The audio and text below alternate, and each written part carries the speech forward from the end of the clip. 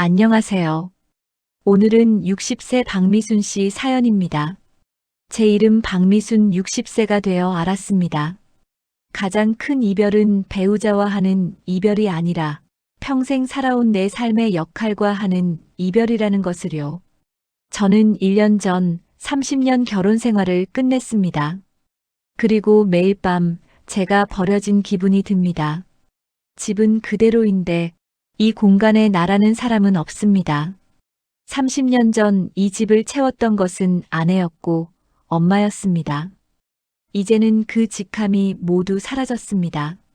남편의 밥상, 아이들의 옷까지, 해야 할 일, 모든 흔적은 남아있는데 그 역할을 수행하던 저만 사라졌습니다. 아침에 눈을 뜨면 이 거실의 공기가 저를 압도합니다. 너무나 깨끗하고 너무나 조용해서 마치 제가 투명 인간이라도 된 것 같습니다. 시계와 휴대폰의 압박 가장 힘든 건 저녁 7시입니다. 그전에는 남편 올 시간이라도 있었죠. 지금은 휴대폰만 봅니다. 혹시 아이들이 전화할까? 혹시 친구가 안부 물을까? 10분에 한 번씩 휴대폰을 켜서 확인합니다. 아무 알림도 아무 문자도 없을 때의 그 절망감은 숨을 먹게 합니다. 시계 초침 소리만 들립니다. 틱톡, 틱톡. 이 소리가 마치 저를 향한 세상의 비웃음 같습니다. 저는 30년 동안 이 시간을 위해 살았는데 이제 어디로 가야 할까요? 어느 날 아파트 옥상에 올라갔습니다. 그만큼 외로웠습니다. 딱 한 발자국만 떼면 모든 것이 끝날 것 같았습니다. 도시의 불빛들이 저를 향해 쏟아지는데 그 수많은 불빛 속에 저를 위한 자리는 단 한 곳도 없었습니다. 문득 생각했죠. 나는 왜 이렇게 비참해져야 하는가? 나는 아무 잘못도 하지 않았는데 이 비참함이 저를 살렸습니다. 이 지독한 고독 속에서 저는 억울했습니다. 누군가에게 이 억울함을 소리치고 싶었습니다.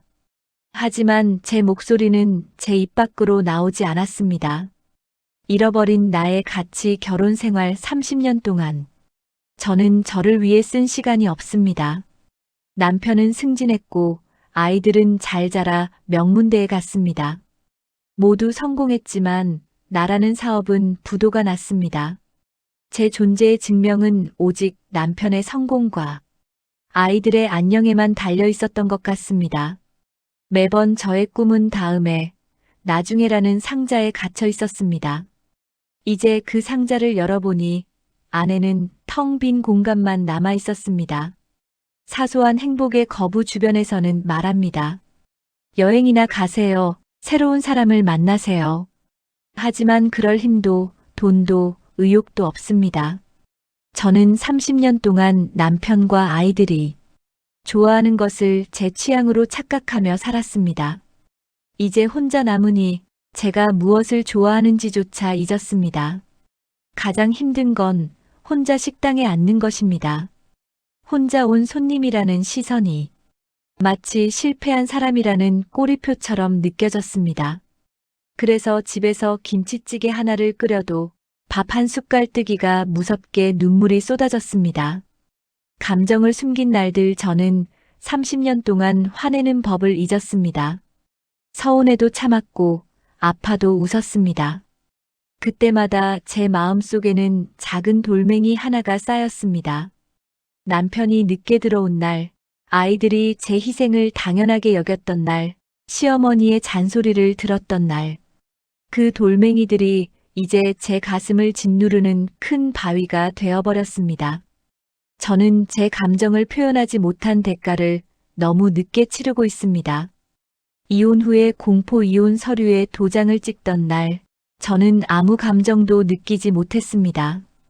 오히려 끝났다는 안도감이 더 컸습니다. 하지만 그 안도감은 곧 앞으로 나 혼자 어떻게 살아야 하나 하는 거대한 공포로 바뀌었습니다. 통장 잔고를 봐도 당장 내일 해야 할 일을 생각해도 모든 것이 막막했습니다. 이혼은 자유가 아니라 준비되지 않은 사람에게 주어진 가혹한 벌이었습니다. 나의 방 만들기 전은 결심했습니다. 일단 나의 방을 만들어 보자. 제가 원하는 물건, 제가 좋아하는 색깔, 저만을 위한 공간. 처음으로 남편의 의견을 묻지 않고 가구를 배치했습니다. 작은 방의 벽지를 제가 좋아하는 연한 파란색으로 바꾸었습니다. 누구의 승인도 필요 없는 오직 저만의 취향이었습니다. 이 방은 30년간 잃어버렸던 저의 영혼을 위한 작은 쉼터가 되었습니다. 저의 방에서 저는 일기장을 폈습니다. 30년 만이었습니다. 첫 페이지에 썼습니다. 나는 지금 화가 난다. 남편과 자식들이 밉다. 나는 지금 슬프다. 감정을 꺼내놓는 것만으로도 숨이 쉬어졌습니다. 손으로 글씨를 쓰는 동안 제 마음속에 돌멩이들이 녹아내리는 것 같았습니다. 매일 밤 10분, 그 시간만큼은 저는 저 자신에게 솔직할 수 있었습니다. 작은 생명과의 교감. 저는 작은 화분을 하나 샀습니다. 다육이였습니다. 매일 아침 그 다육이에게 물을 주고 볕이 잘 드는지 확인했습니다. 내가 무언가를 돌보고 있다는 감각은 생각보다 강력했습니다. 다육이가 햇볕을 쫓아 고개를 돌리는 것을 보며 저도 모르게 웃었습니다. 홀로 버려졌다는 외로움을 이 작은 생명이 덜어주었습니다. 어느 날 남편이 보낸 문자 메시지를 봤습니다. 미안하다는 짧은 문자였습니다. 저는 그 문자를 보고 울었습니다. 미안해서가 아니라 미안하다는 말 한마디를 듣지 못하고 보냈던 지난 세월이 억울해서였습니다. 그때는 왜 말해주지 않았냐고, 왜 나만 힘들었냐고 소리치고 싶었습니다. 울고 나니 마음속의 응어리가 조금 풀렸습니다. 이젠 그 문자에 답하지 않아도 괜찮다는 것을 알았습니다. 저는 결심했습니다. 내 인생을 훔쳐간 사람들에게 내 남은 시간을 뺏기지 않겠다. 더 이상 과거를 생각하지 않았습니다.